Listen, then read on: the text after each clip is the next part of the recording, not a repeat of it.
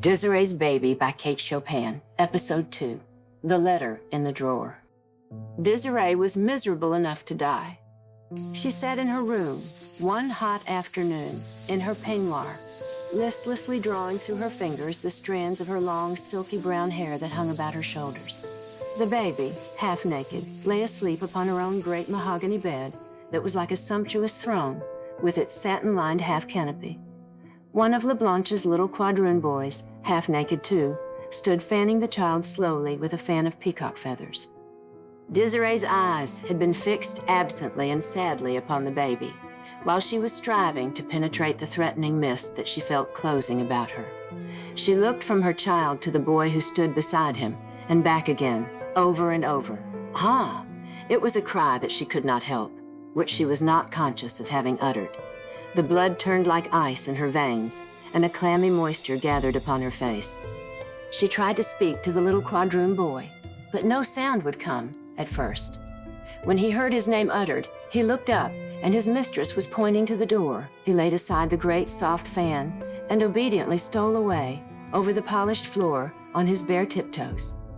She stayed motionless, with gaze riveted upon her child, and her face the picture of fright.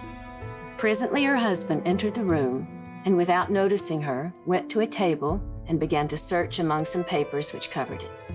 "Armand," she called to him, in a voice which must have stabbed him if he was human, but he did not notice. "Armand," she said again.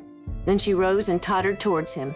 "Armand," she panted once more, clutching his arm, "look at our child. What does it mean? Tell me." He coldly but gently loosened her fingers from about his arm and thrust the hand away from him. "Tell me what it means," she cried despairingly. "It means," he answered lightly, "that the child is not white. It means that you are not white." A quick conception of all that this accusation meant for her nerved her with unwanted courage to deny it. "It is a lie. It is not true. I am white. Look at my hair. It is brown, and my eyes are gray. Armand, you know they are gray. And my skin is fair," seizing his wrist. "Look at my hand. Whiter than yours, Armand," she laughed hysterically. "As white as LeBlanche's," he returned cruelly, and went away, leaving her alone with their child. When she could hold a pen in her hand, she sent a despairing letter to Madame Valmond. "My mother, they tell me I'm not white. Armand has told me I'm not white. For God's sake, tell them it is not true.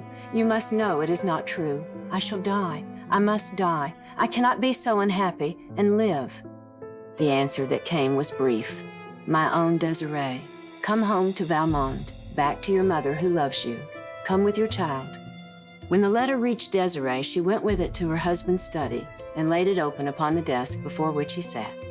She was like a stone image, silent, white, motionless after she placed it there.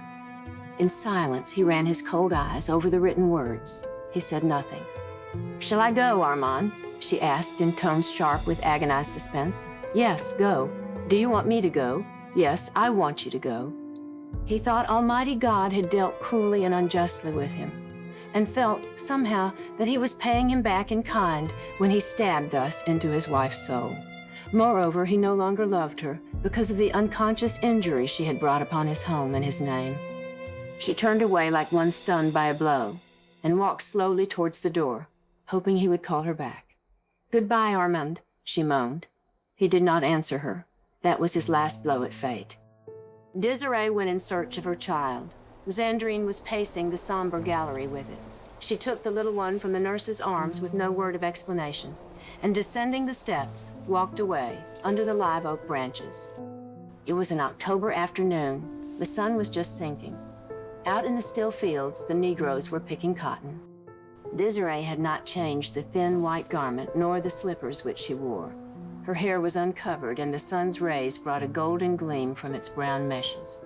She did not take the broad beaten road which led to the far-off plantation of Valmond.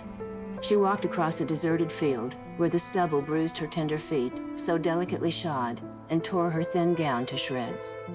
She disappeared among the reeds and willows that grew thick along the banks of the deep, sluggish bayou. And she did not come back again. Some weeks later, there was a curious scene enacted at La Brie. In the center of the smoothly swept backyard was a great bonfire.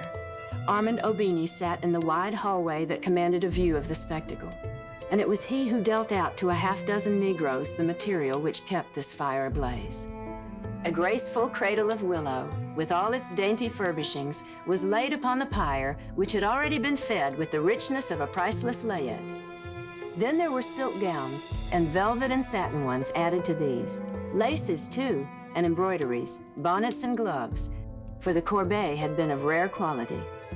The last thing to go was a tiny bundle of letters, innocent little scribblings that Desiree had sent to him during the days of their espousal.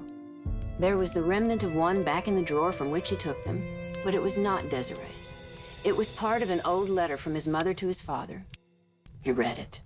She was thanking God for the blessing of her husband's love. But above all, she wrote, "Night and day, I thank the good God for having so arranged our lives that our dear Armand will never know that his mother, who adores him, belongs to the race that is cursed with the brand of slavery."